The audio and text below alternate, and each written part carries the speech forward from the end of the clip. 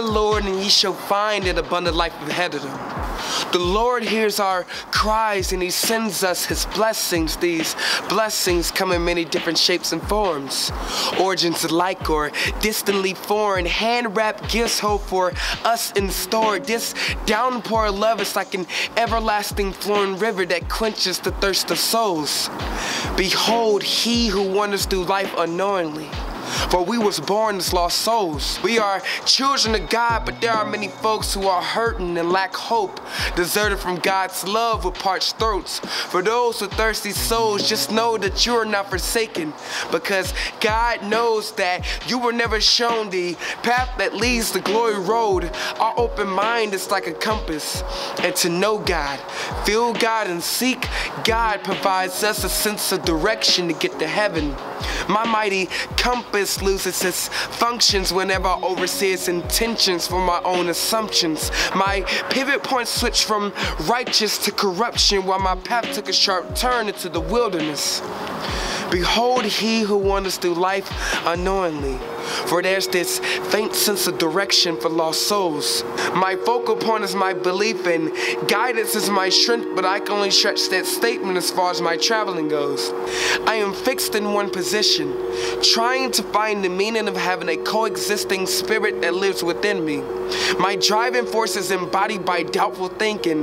That wrong turn leads to the unbelieving. The more I know of you, the more my soul thirsts for fuel. But right now, my soul is punctured with wounds, with a lack of fruit, feeding off of anything that I'm persuaded to do.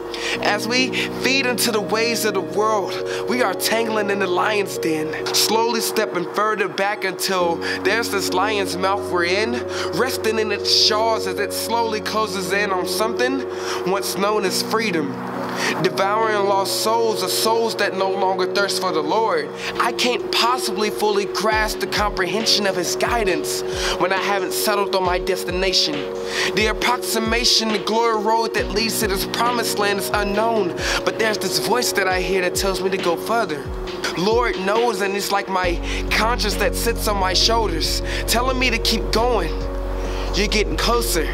Steering clear of any obstacles just so I can seize the opportunities behind the window he opens.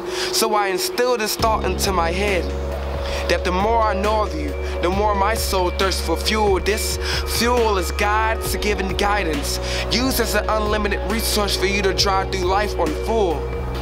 Your spirit is thriving as God's words are pumped into you. He is my navigational system. The God I praise, if you let him take the wheel, then you'll be amazed. My G-O-D is my GPS, my GPS. God's people are saved. For you do not stand condemned if you carry your beliefs for God's purposes. We are all traveling down different roads, but there is only one path that leads to glory road. Stories told as we cross paths.